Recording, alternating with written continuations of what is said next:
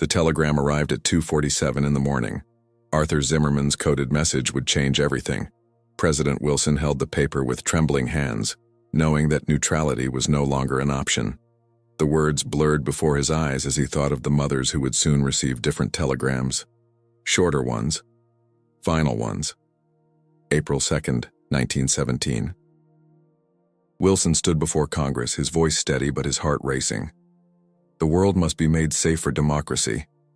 Those 8 words would send 2 million American boys across an ocean they'd never seen. Boys who'd left farms in Iowa, factories in Detroit, ranches in Texas. Boys who'd never heard a German accent, never tasted French wine, never felt European soil beneath their boots. But it wasn't just about democracy. It was about ships. 128 Americans had died on the Lusitania, civilians, women clutching their children as the cold Atlantic rushed in. The Germans called it collateral damage. America called it murder. The submarine warfare continued, relentless, indiscriminate. Merchant ships, passenger liners, hospital vessels, all fair game in the Kaiser's eyes. The Zimmerman telegram was the final insult. Germany promised Mexico the return of Texas, Arizona, and New Mexico if they joined the war against America. Imagine German weapons flowing through El Paso, enemy soldiers marching through the Rio Grande. The audacity burned in every American heart. They wanted to divide us, conquer us, erase us from our own continent. Yet there were those who protested. Mothers formed peace leagues. Socialists marched in the streets. "Why die for British gold?" they shouted. "Why bleed for French glory?" Valid questions from broken hearts. But Wilson saw beyond the moment. He saw a world where might would always make right, where submarines could sink any ship, where secret telegrams could carve up nations like birthday cakes. The economy played its silent part too. American banks had loaned billions to Britain and France. American factories produced their shells, their uniforms, their hope. If the Allies fell, so would Wall Street. If the Kaiser won, American prosperity would drown in unpaid debts, money and morality intertwined like barbed wire across no man's land. George M. Cohan wrote, "Over there, in 45 minutes. 45 minutes to capture a nation's resolve. The Yanks are coming, but coming to what? To trenches filled with water and blood, to mustard gas that burned through masks, to machine guns that could cut down 100 men in 60 seconds. They were coming to hell, and they sang all the way there." Wilson had campaigned on keeping America out of the war. He kept us out of war, the slogan that won him re-election. Now he was the president who broke that promise. History would judge whether he was a hypocrite or a visionary, whether he saved democracy or sacrificed it on the altar of empire. The boys boarding ships in New York Harbor didn't care about history. They cared about adventure, duty, and coming home with all their limbs. Private James Turner from Kansas had never seen the ocean until he crossed it to kill strangers. His letters home spoke of seasickness, not strategy. Of missing his mother's cornbread, not manifest destiny. He was 19 years old when he volunteered, 20 when a German sniper's bullet found him in Belleau Wood. His last letter never mentioned democracy. It asked his sister to feed his dog. The propaganda machine churned faster than any factory. Uncle Sam pointed from every street corner. "I want you for U.S. Army." 4 million men would answer that call. 4 million individuals became a single force, a crushing weight to tip the scales of a war that had already devoured 10 million souls. Europe had bled itself white. America would provide the transfusion, willing or not. But why? Why trade isolation for intervention?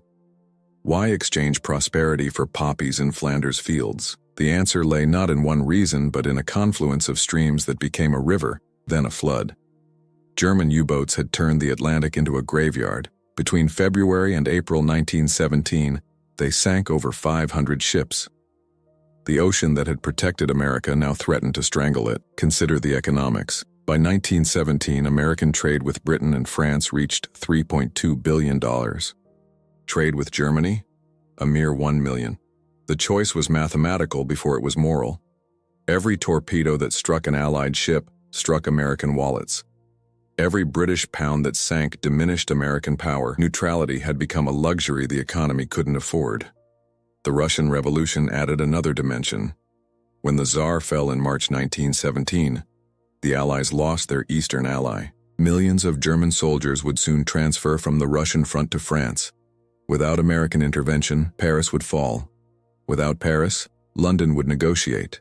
Without London, American loans would default. American trade would collapse. American influence would evaporate like morning dew on cemetery grass. Then there was the moral argument, carefully crafted and passionately delivered. This was a war to end all wars. A crusade for civilization against barbarism. Belgian babies on German bayonets. Most were propaganda, but the emotion was real.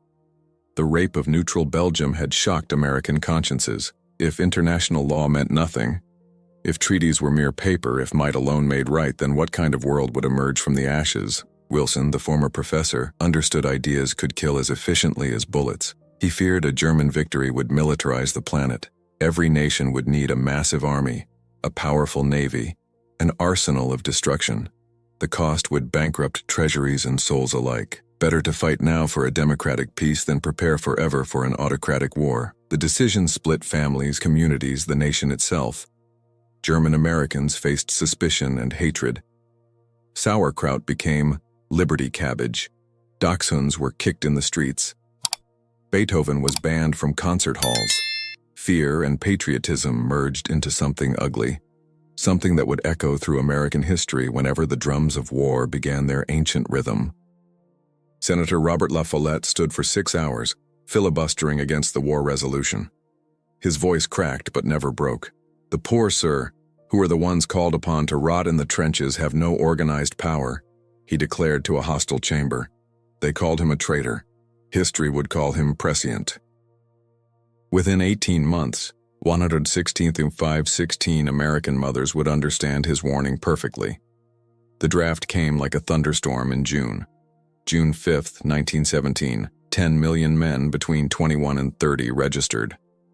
Not because they wanted to, but because the law demanded it. The first lottery was held blindfolded to ensure fairness in selecting who would live and who would die.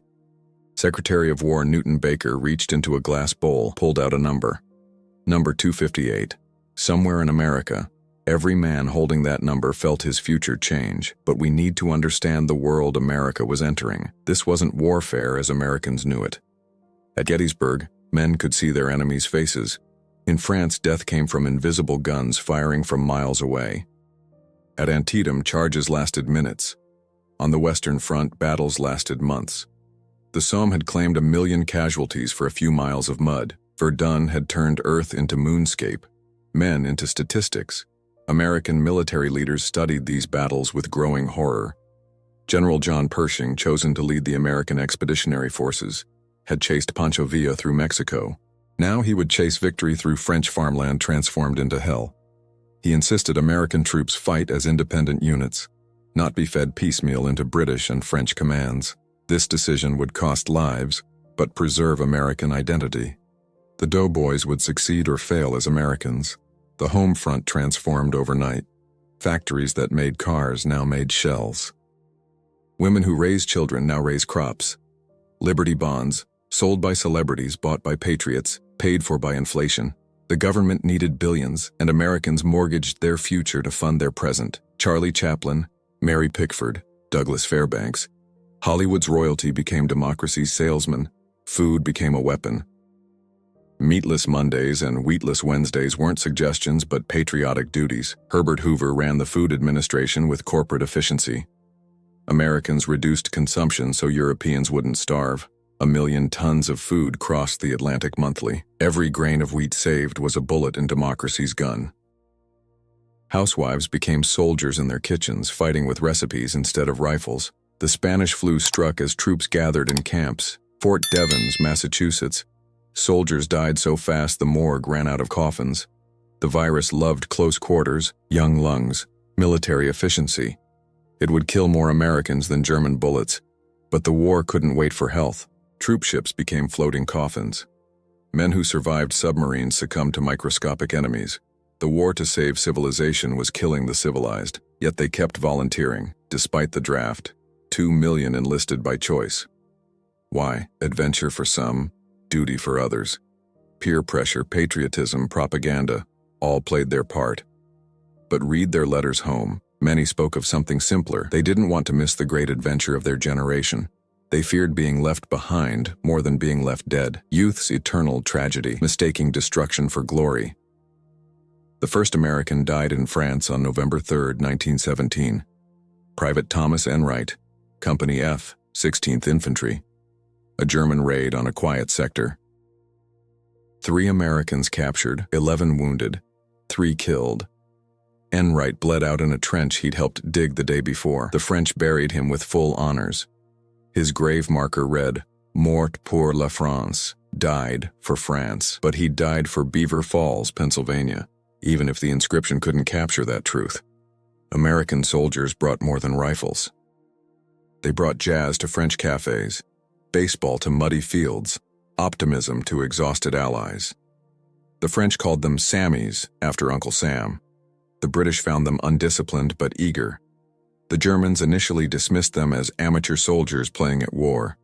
That dismissal would cost the Kaiser his crown. Training camps sprouted like mushrooms after rain. Camp Funston in Kansas, Camp Gordon in Georgia, Camp Dix in New Jersey. Farm boys learned to salute, city kids learned to march, rich and poor learned to die together. The military was the great equalizer, stripping away civilian identities, creating soldiers from citizens. Black soldiers trained separately fought magnificently, returned to segregation. Democracy's hypocrisies traveled with its troops. The Harlem Hellfighters spent more time in combat than any other American unit. 191 days in frontline trenches. The Germans called them bloodthirsty black men. The French called them heroes, awarded them the Croix de Guerre. White American soldiers often refused to salute black officers. Yet when German shells fell, courage knew no color. Private Henry Johnson fought off 24 German raiders with a bolo knife and empty rifle. He saved Private Needham Roberts, won France's highest honors, returned to America to work as a baggage porter. Technology had transformed killing into science. Machine guns fired 600 rounds per minute. Artillery shells weighed more than men.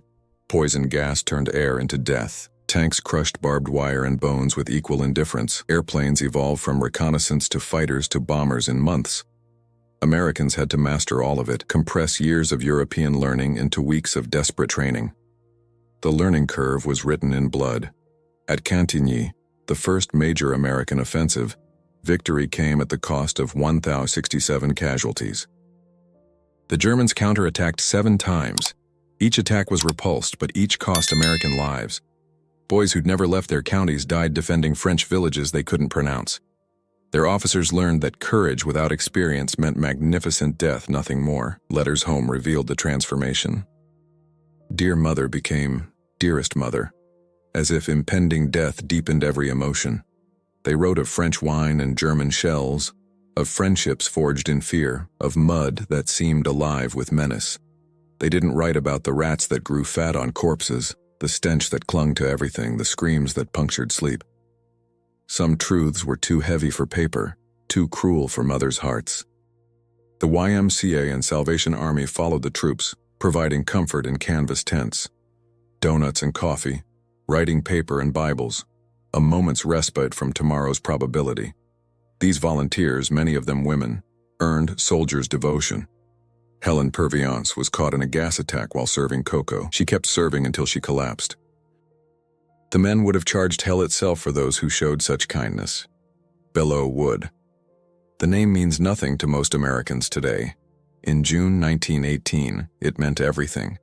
German forces had pushed to within 40 miles of Paris. French troops were retreating. The Marines were ordered to hold a hunting preserve turned battlefield.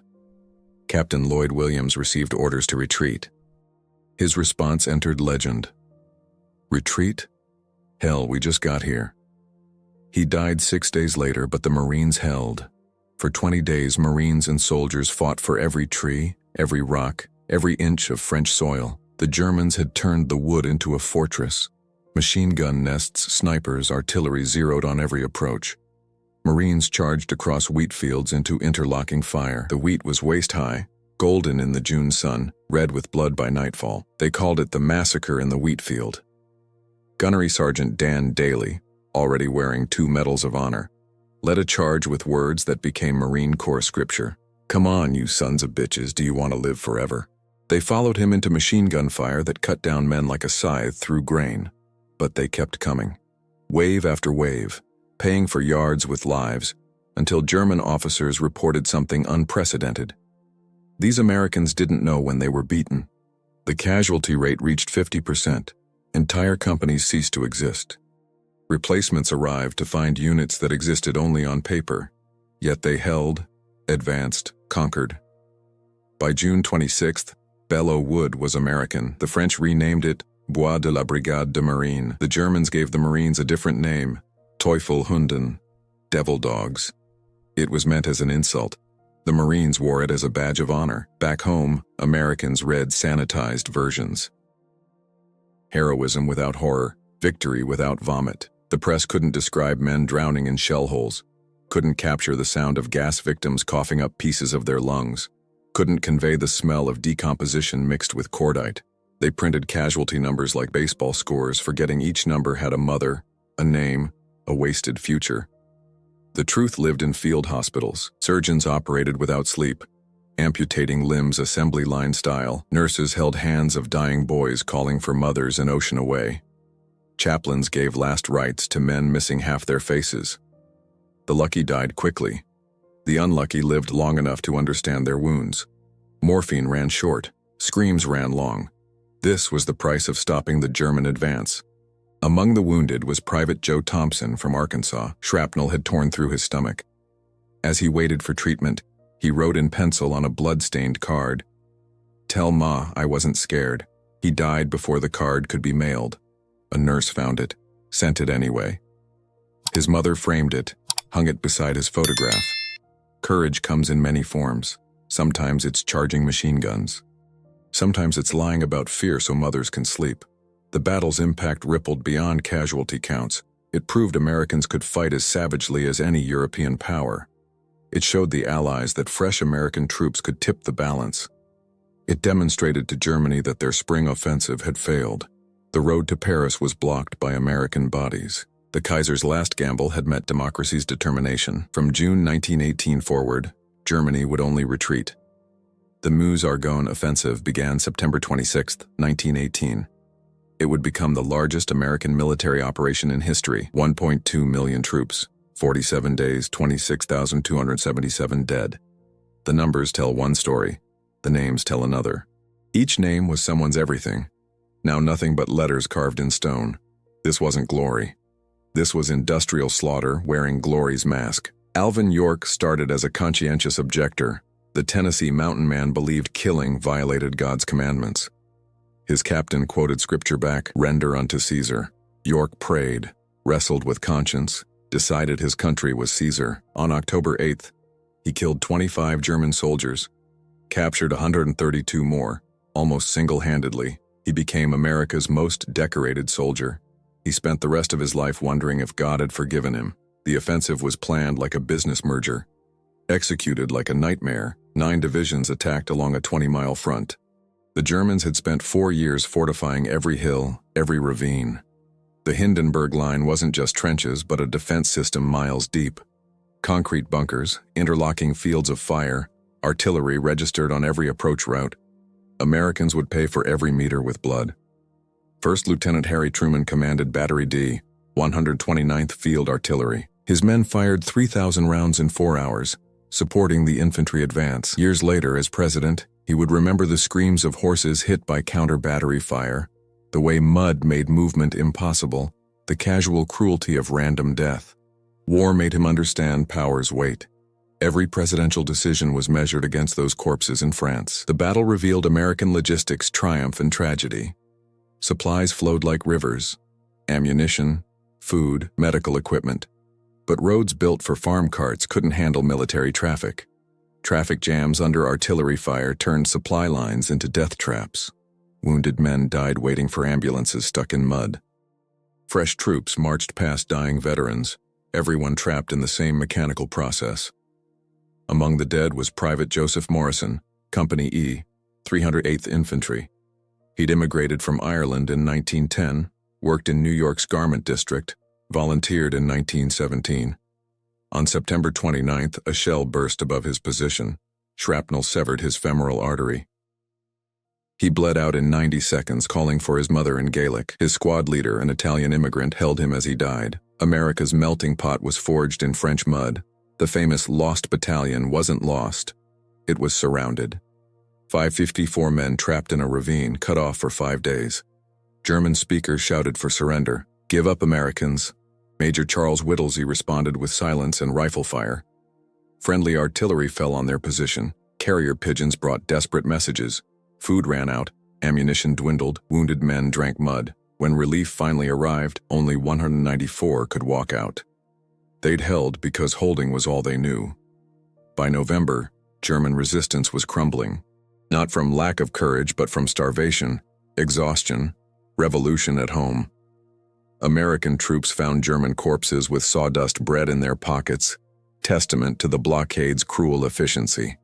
Victory wasn't glorious. It was watching enemies too weak to fight, too proud to surrender easily. It was conquering men who looked like skeletons in field gray uniforms. November 11th, 1918. 5 a.m. In a railroad car in Compiègne Forest, exhausted men signed papers. The armistice would take effect at 11 a.m., the 11th hour of the 11th day of the 11th month. 6 hours remained. 6 hours for men to die for ground that would matter to no one by lunch. The killing continued because orders were orders, because momentum has its own logic, because some commanders wanted glory's last taste. Private Henry Gunther of Baltimore died at 10:59 a.m. The last American killed in the war, charging a German machine gun position whose crew tried to wave him off. They knew the war was ending. He knew too. But something, orders, pride, madness, drove him forward. The Germans reluctantly cut him down 60 seconds before peace. His death meant nothing. His death meant everything. Every war's last casualty is humanity's recurring tragedy. The silence at 11 a.m. was deafening. Men who'd lived with artillery's constant thunder stood confused by quiet. Birds sang. Nobody shot at them. Soldiers climbed from trenches, met enemies in no man's land, shared cigarettes and wonder. The killing machine stopped so suddenly that survival seemed surreal. They'd lived through history's most terrible war. Now they had to live with what they'd done. But the dying wasn't over. The Spanish flu followed soldiers home, killing more Americans than combat had. Victory parades became transmission events. Families reuniting shared more than joy. By spring 1919, 675,000 Americans had died from influenza. The war to save democracy had weakened humanity for microscopic invasion. Nature's bitter joke? Survive shells to succumb to germs. The wounded kept dying for years. Gas victims coughed themselves to death in 1925. Amputees died from infections in 1930. Shell shock victims, untreated and misunderstood, took their own lives throughout the 1920s. They called it the war to end all wars. For thousands of veterans, their war never ended. It just moved from French fields to American hospitals, from trenches to nightmares. Black soldiers returned to a nation that refused to honor their service. The 369th Infantry Regiment marched up Fifth Avenue to Harlem's cheers. By summer, white mobs were attacking black veterans in uniform. The Red Summer of 1919 saw racial violence from Chicago to Charleston. Men who'd fought for democracy abroad were denied it at home. Their decorations couldn't shield them from American apartheid. The doughboys brought more than victory home. They brought expectations of a better world, promised by politicians paid for in blood. When prosperity proved illusory, when democracy remained selective, when the war's merchants grew rich while veterans sold apples on street corners, bitterness set in. They'd been told they were heroes. They felt like suckers. This disillusionment would poison American politics for decades. Wilson traveled to Versailles, promising peace without victory, democracy for all nations. He returned with a treaty that planted seeds for the next war. The Senate rejected his League of Nations. America retreated into isolation, pretending oceans could protect it from history. The boys who died in France had changed the world.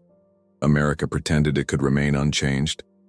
This delusion would cost another generation their lives. The numbers tell one story: 116,516 American military deaths, 204,002 wounded. The true story lives in empty chairs at dinner tables, in women who never remarried, in children who grew up with photographs for fathers. Every gold star in a window represented a family's permanent wound. The war had ended. The suffering had just begun. Private First Class Frank Buckles would outlive every other American veteran of the war. He died in 2011, aged 110. For his last decades, he was living memory of forgotten sacrifice. He'd lied about his age to enlist at 16, driven ambulances in France, spent 3 years as a Japanese prisoner in World War II. When asked about the Great War's legacy, he said simply, "Nobody wins a war." The last doughboy understood what the first politicians hadn't. The war transformed America from debtor to creditor, from provincial to power. European empires exhausted themselves while American industry thrived. The dollar replaced the pound. New York challenged London, but this new power came with new responsibilities America wasn't ready to accept. The nation that had saved democracy wasn't sure it wanted to lead it. Veterans returned to find their jobs taken, their sweethearts married, their country different. The government offered little help, no GI Bill, minimal medical care, broken promises. Some adapted, building roaring 20s prosperity, others drifted. Broken men in a jazzy world. Prohibition meant they couldn't legally drink away memories, so they drank illegally, funding crime syndicates run by men who'd learned violence in khaki. The American Legion formed in Paris, March 1919. Veterans creating their own support system because the nation wouldn't. They built hospitals, lobbied for benefits, preserved memory. Every small town erected monuments. Doughboys in bronze, frozen forever in youth and courage. Names carved in granite, visited less each year. Flowers becoming fewer, memory becoming myth. Women who'd driven ambulances, nursed wounded, built munitions, were told to return to kitchens. Some did. Others had tasted independence and refused domesticity's cage. The 19th Amendment passed in 1920, partly because women's war service made denial impossible. The war that killed sons gave daughters the vote. Progress paid for in blood, like all American advances, the war created modern America. Federal power expanded, business consolidated, society mobilized. Income tax, enacted to fund war, became permanent. Government propaganda techniques were refined for advertising. Every aspect of contemporary life bore war's fingerprints. We live in the world the doughboys died to create, even if we've forgotten their names. Consider this. America entered the war to ensure democracy's survival. It succeeded. But democracy isn't preserved by single victories. Each generation must choose it anew. The boys who died in Belleau Wood thought they'd ended war forever. They hadn't. They'd simply bought time. Time for us to learn war's lessons. Time to build peace's foundations. Time we've often wasted pursuing new conflicts with old enthusiasm. In Pittsburgh, 1932, unemployed veterans marched for bonuses promised but not delivered. The Bonus Army, 20,000 strong, camping in Washington, demanding payment for democracy's defense. President Hoover sent tanks. General MacArthur led cavalry charges against men who'd charged German trenches. Tear gas choked veterans who'd survived mustard gas. America attacked its own heroes. The war's final betrayal played out in the capital they'd fought to protect. The last reunion of the 82nd Division was held in 1975. 12 men attended, average age 78. They drank whiskey, told sanitized stories, avoided real memories. By midnight, one was crying. "I still see their faces," he said. The others nodded. 57 years hadn't dimmed the ghosts. They promised to meet again next year. 8 showed up. Soon, there were none. Memory's keepers became memory themselves. Every American highway built in the 1920s followed paths mapped by military necessity. Every commercial airplane descended from bombers. Radio, developed for battlefield communication, brought jazz to farmhouses. Blood transfusion techniques perfected in field hospitals saved civilian lives. Plastic surgery, invented to rebuild shattered faces, became cosmetic industry. The war's innovations outlived its veterans, benefits from barbarism. But what of the families? Margaret Thompson of Ohio kept her son's room exactly as he'd left it until she died in 1967. His uniform hung in the closet, his letters tied with ribbon, his absence preserved like a museum of grief. Multiply her by 116, 516. That's the war's true monument. Not bronze statues, but broken hearts that never mended. The promise had been specific: a war to end all wars. By 1939, that promise lay shattered like veterans' minds. The boys who'd survived France watched their sons march off to finish what they'd thought complete. Some volunteers from 1917 had to watch their boys draft in 1941. History's cruelest repetition. Fathers who'd lost friends losing sons. What drove America to war in 1917?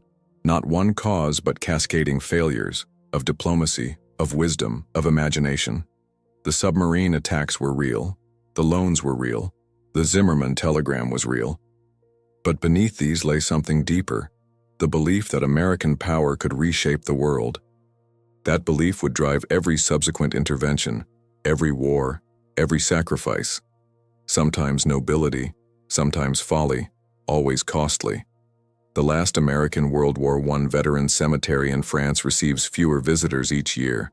Rows of white crosses, precisely aligned, names becoming meaningless to generations who never knew them, but stand there at sunset. Read the names aloud. Thomas Enright, Joseph Morrison, Henry Gunther. Boys who became history's compost, fertilizing a freedom we inherited without earning.